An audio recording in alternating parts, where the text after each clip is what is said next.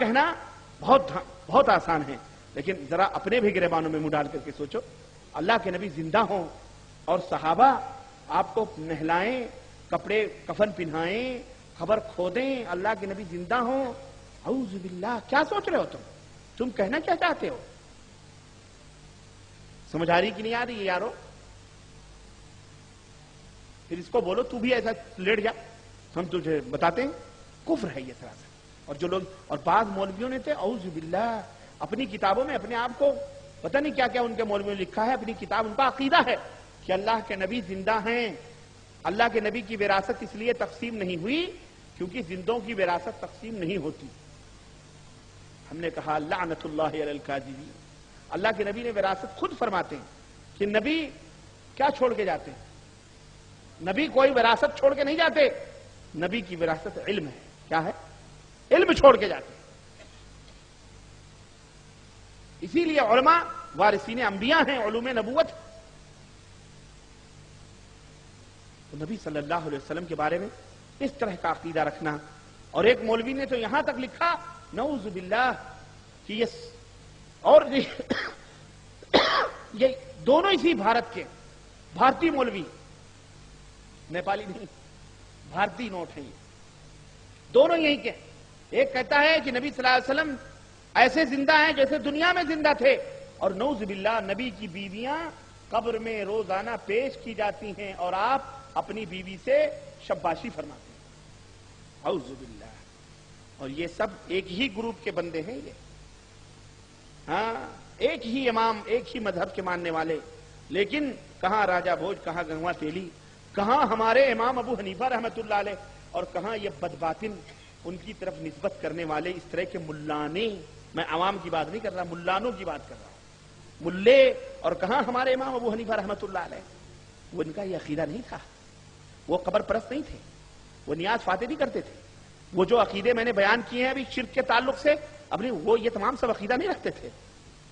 ہاں ایک بزرگ کہتے ہیں کہ ہم گئے قبر پر فاتحہ پڑھنے کے لیے، سنو، اور اپنے آپ کو ابھی بات کرو تو کہیں گے نہیں کہ ہم قبر پر فاتحہ نہیں پڑھتے، ہمارا گروپ دوسرا ہے، وہ بی گروپ کے لوگ ہیں، ہم ڈی گروپ کے لوگ فاتحہ نہیں پڑھتے۔ کہتے جی ہم گئے بزرگ فاتحہ پڑھنے کے لیے قبر میں، اس کے بعد کہنے لگے کہ میاں یہ کون دفن ہے اس قبر میں؟ بڑے دل لگی بات ہے۔ کہنے لگے کیا ہوا؟ کہا میں فاتحہ پڑھ رہا تھا، قبر پہ فاتحہ پڑھ رہا تھا، اندر سے آواز دے رہے ہیں زندوں پہ فاتحہ پڑھنے آئے ہو۔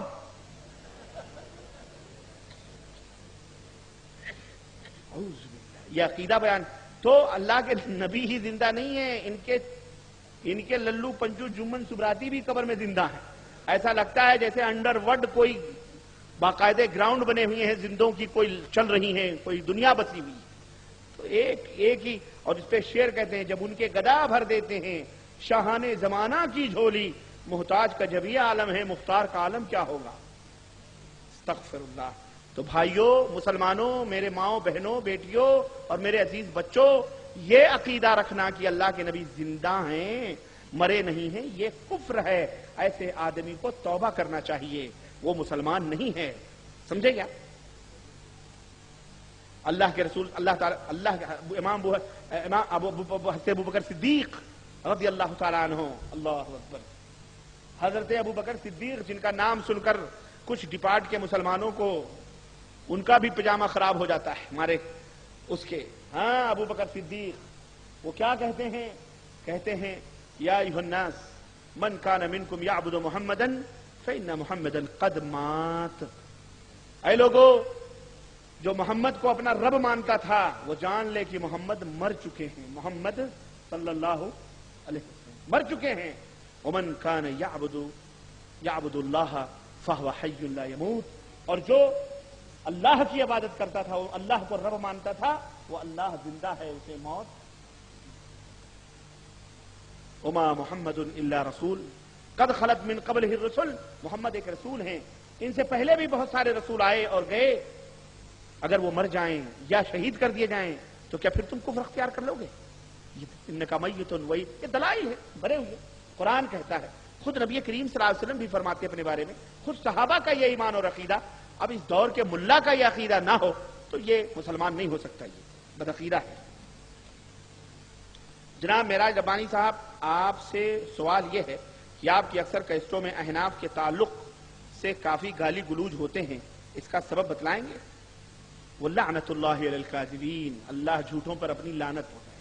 میں نے کسی کو گالی گلوج نہیں دی، میں نے کسی کو گالی گلوج، اور کوئی ایک کیسٹ بتا دو میں نے کسی کو ماں بہن کی گالی دی ہو یا کسی کو گالی گلوج دی ہو۔ ہاں اتنا ضرور ہے کہ میں یہ ضرور کہتا ہوں کہ لوگوں اپنا قبلہ درست کر لو۔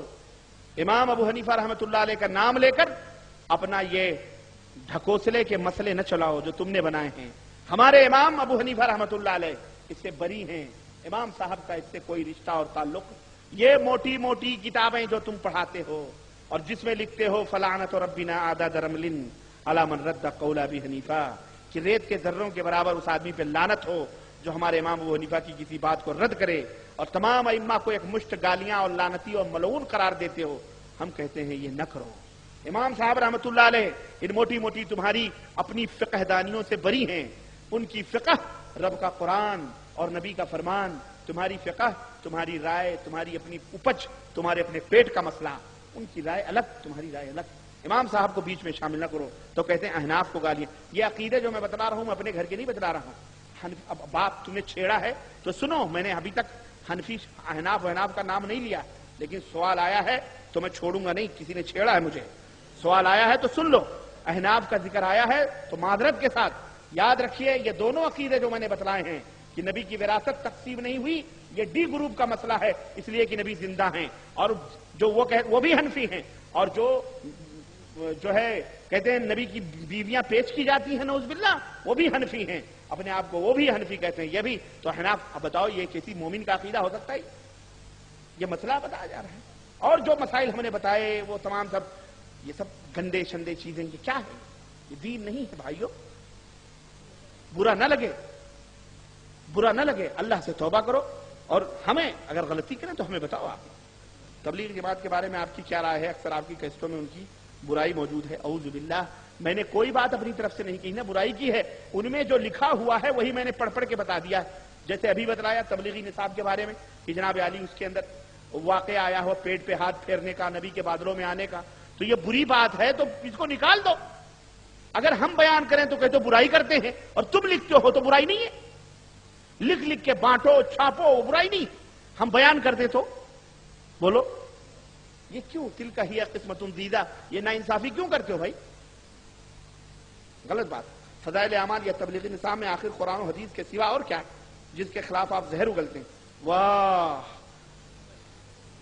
اسی بات کا تو رونا ہے کہ کاش اس کے اندر قرآن و حدیث ہی کی باتیں ہوتی۔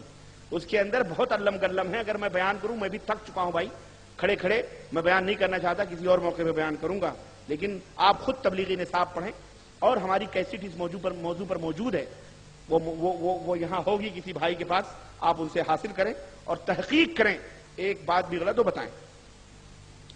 اہل حدیث ایک نیا فرقہ ہے جس کی عمر 150 سال ہے، پھر آپ لوگ کیوں اپنے آپ کو حق پر کہتے ہیں؟ میں نے کہا یہ بیچارے جو کہتے ہیں یہ اپنی عمر بتلا رہے ہیں، ہم گر